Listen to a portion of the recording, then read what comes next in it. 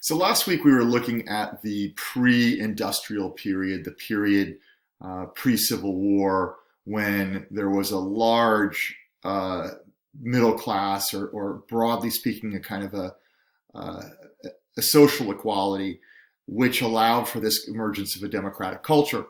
Now, after the Civil War, specifically in the years from the late 1870s to about 1920, we're going to see massive industrialization, and this period is broadly referred to as the Gilded Age, the industrial period. And obviously, if you want to think about modern America, it's sort of the origin of a more urbanized society and a culture that's going to be defined by massive differences in wealth. And we're also going to get into more social hierarchy, which is going to bring in racism in a different kind of way to apply to other sorts of white people, not just to African Americans as it did in the pre-Civil War period. So here Thomas Jefferson is talking about the traditional agricultural view of cities and corporations. So if you look at the first quotation, "I hope we shall crush in its birth the aristocracy of our moneyed corporations, which dare already to challenge our government to a trial of strength and bid defiance to the laws of our country." And here Jefferson is saying, the greatest threat to our democracy is moneyed corporations, which creates this sort of new aristocracy of wealth. And this idea that cities have a fundamentally different character than the countryside. And obviously Jefferson wanted to see the world look like Carlisle. So any idea that we would be moving towards an urban society was horrible for the liberties and character of the American people. So this idea was not a fringe idea. There were a lot of Americans that felt this way. So if you jump ahead to Lincoln, who obviously is going to oversee the United States as president during the Civil War years, Lincoln says, just before he dies, that corporations have taken over. And notice that he equates corporations with corruption. Money power will begin to take over, and when wealth is only in a few hands, the republic will be destroyed. So Lincoln is speaking, although he is a Republican, he is following in the small r Republican vision of Jefferson, meaning he also viewed corporations as a threat. So what happens? This is not the real focus here. This is just getting us to what are the causes of this sort of rise in corporate power. Most important thing is the emergence of massive industries that are going to be monopolized, whether it's in the railroads by people like Carnegie or Fisk, oil by Rockefeller, steel by Vanderbilt, and the trusts in general, which were basically another word for the monopolies that emerge as you begin to industrialize. So the first real system that allows for this centralization of wealth is around the railroads. And the Credit Mobilier was actually a scheme that was orchestrated by railroad investors and railroad owners to try and get the government to help them out in a way that would allow government and corporations to work side by side in ways that were kind of sketchy. And I'll talk a little bit more about that in a second. This idea of the corporate power seizing control of the state. If you look at what happens in the Supreme Court begins to pass a lot of legislation which is friendly to monopolization and friendly to business. The legislatures are dominated by business interests, all the way from the state legislatures all the way up to Congress. Social Darwinism, the whole theory that the survival of the fittest, this is going to be kind of a justification for the people. It's a winner's ideology, meaning that those WASP industrialists and monopolists were obviously the most socially fit, and therefore that WASP group must be the most dominant group, and the poor people who were people of color and immigrants were seen as less fit. And this is just simply kind of a reflection of the social order. So you're using fake science to justify this hierarchy. We see the Ragged Dick stories, which we talked about last week, coming into play because a lot of these early industrialists came from relatively modest backgrounds. So they actually, now you have not just rags to middle class stories like you had with Ragged Dick. Now you have actually rags to riches stories that were based in real people. So obviously, as government and business interests combine, that's going to be important, because as the working class begins to respond against this, you have a lot of immigrant groups that are not happy with being exploited for the sake of making a small number of people wealthy. Then you bring in strike breaking, which is going to be a big piece of this, which basically is large private armies that are brought in to stop working class resentment. Now, on a personal note, Oaks Ames, I just talked to you about the Credit Mobilier. You see it here next to where the Alliance of Government and Railroad Executives. Well, Oaks Ames was both a railroad executive and a member of Congress from Massachusetts. He also is my great-great-grandfather. So I have a direct personal connection to this story. I'm not very proud of it, but I figure I might as well tell you that part of what happened here was he orchestrated the sale of railroad shares to Congress. He was basically selling them in congressional session. He was later censored by the Congress, but he also made a hell of a lot of money by selling off railroad stocks. And of course, if you know what happens, the way that the railroads were funded is large amounts of land on either side of the railway lines were given to those railway interests. So in the case of Fort Union Ranch, which I believe is the 5th or 6th largest private holding of land in the entire state of New Mexico, I've never been there, but it is owned by the Ames family, by my mother's family, 100,000 acres. I think it's even more than that. So again, you're giving large amounts of land in return for business interests. So you're consolidating, right? You're bringing together government and business interests, which is the very thing that Lincoln said would be a horrible thing to do.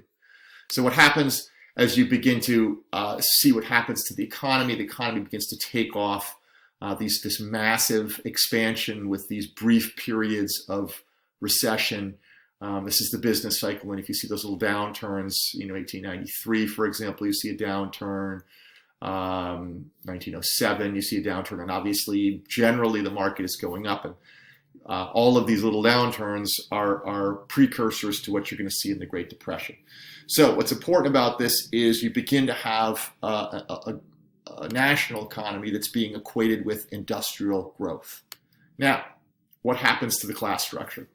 You obviously have the emergence of this super wealthy plutocracy. A plutocracy is basically, Pluto means wealth or money. So plutocracy would be the rule by wealthy people. So essentially what you have is an aristocracy of millionaires. And these people had enormous amounts of money and were able to, as we just saw, manipulate the government in ways that were seen as corrupt. So this group of people is making a lot of money. They're exploiting those working class immigrants. And if you look at the hierarchy of the immigrants, the English and the Irish who had been here for longer and who spoke English began to emerge into the higher part of that middle class. And the Irish and German semi-skilled workers that were working in the factory began to take in management positions. And then the unskilled Eastern Europeans who were darker skinned, non-English speaking, more swarthy, basically means they were darker. What you can see here is the plutocrats were WASPs, the middle class were WASPs, and generally the working class was becoming organized by people who, the more they associated as white, like the English and the Irish, the more they associated with that WASP upper class, the more successful they were. And then, of course, what you have on the bottom of this is the African-American sharecroppers and the strike breakers. So they were being brought in to stop any kind of labor opposition to what was going on. And, of course, the farmers here are still 50% of the population, or at least the white population. And there are black farmers, too. Sharecroppers would be part of that. And they're feeling totally left out of this because that whole area on the right, those are all industrial, urban, social class distinctions, and farmers are farmers. They're working the land. So what happens is you begin to get this emergence of super wealthy people. And it's interesting in this case, John D. Rockefeller, the son of a traveling salesman, Cornelius Vanderbilt, who's not on there, but he's a little bit, comes from a little bit before those folks, from a small farming family. James Fisk, who was a circus worker. These guys all came from pretty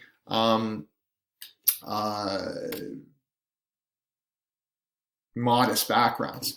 And I think what's interesting is, why did I put the birthdays there? If you look at the birthdays, most of them are born in the late 1830s, mid to late 1830s into the 1840s. And why do America's first millionaires come from this period? Well, think about the Civil War. The Civil War comes just as these people are emerging into their professional lives. And of course, they begin to corner the markets of the very things that the war is going to ask for. So again, we're going to need things like transportation, which Carnegie is going to provide. We're going to Rockefeller is going to see the need for oil before it's actually thoroughly there. He's going to be getting out in front of it and going out to Pennsylvania and developing these things. But Fisk, Gould, and Carnegie, all of them were railroad, and Harriman, they were all railroad guys. So there's the beginning of the emergence of the wealth. So perhaps the most important person in the Gilded Age, as far as the kind of the representation of this massive wealth, was J.P. Morgan. J.P. Morgan was an investment banker who basically oversaw the collection of all of these big corporations and organized them. So General Electric and U.S. Steel, the two major corporations, electricity, obviously very important in the late 19th century, early 20th century, and steel, which basically is the infrastructure which allows for the growth of cities and railroads. Morgan corners these two areas, and by 1907, he is by far the most powerful person in the country. So in 1907, you have this massive economic downturn, which occurs because the banks were speculating. They were investing in things and trying to basically, like you would see today, try to guess what the market was going to do. And in 1907, a couple of brokerage firms tried to guess what the gold market was going to do, and they guessed wrong. And what happens is those brokerages go out of business, and there starts to be a run on the banks. And it's a lot like the Great Depression, if you remember that. A lot of runs on the banks. The market starts to collapse. In 1907, Teddy Roosevelt, obviously a very powerful president and a very charismatic person, basically comes back from a hunting trip, and his economy is totally in shambles. And Roosevelt thought that Morgan was the worst of the industrialists and monopolists, and Morgan thought that Roosevelt was a grandstander, and they both hated each other. But basically, Morgan went through New York City and said, I will take care of this. He goes and talks to some of his British banking friends. He raises $100 million, which back then was a hell of a lot of money, and basically gets Teddy Roosevelt to deposit $150 million, and single-handedly saves the U.S. economy. So in the absence of a national bank, J.P. Morgan basically was the private banker of the United States. Now, why does this matter? It means that by 1907, industrialists ran the country, and it's a great single illustration of the fact that the industrialists are now gaining control. So whether it was Rockefeller with oil, or Carnegie with his railroads, or Vanderbilt with his railroads, again, a lot of this stuff came out of the Civil War. And these guys, this whole class begins to monopolize the economy, right? This whole idea of the trusts, and oftentimes when you see monopoly figures, they're big fat guys, because they're eating all of the resources and taking everything from the American body politic. And there you can see on the lower left, the Congress being totally overwhelmed by the industrial interests. Now, as this goes forward, these guys, people like the Vanderbilts, build these massive residences that are where this conspicuous consumption of wealth is highlighted, and the press had a field day with this stuff. Now, this was a 30,000 plus square foot house, hundreds of rooms, a heated swimming pool, had electricity. It had a 750 person staff, most of whom lived down in that valley below. So what we're starting to see is a type of living which was not at all like the democratic society that Tocqueville talked about. And it's the very fear that Jefferson had, that monopolists would represent corruption.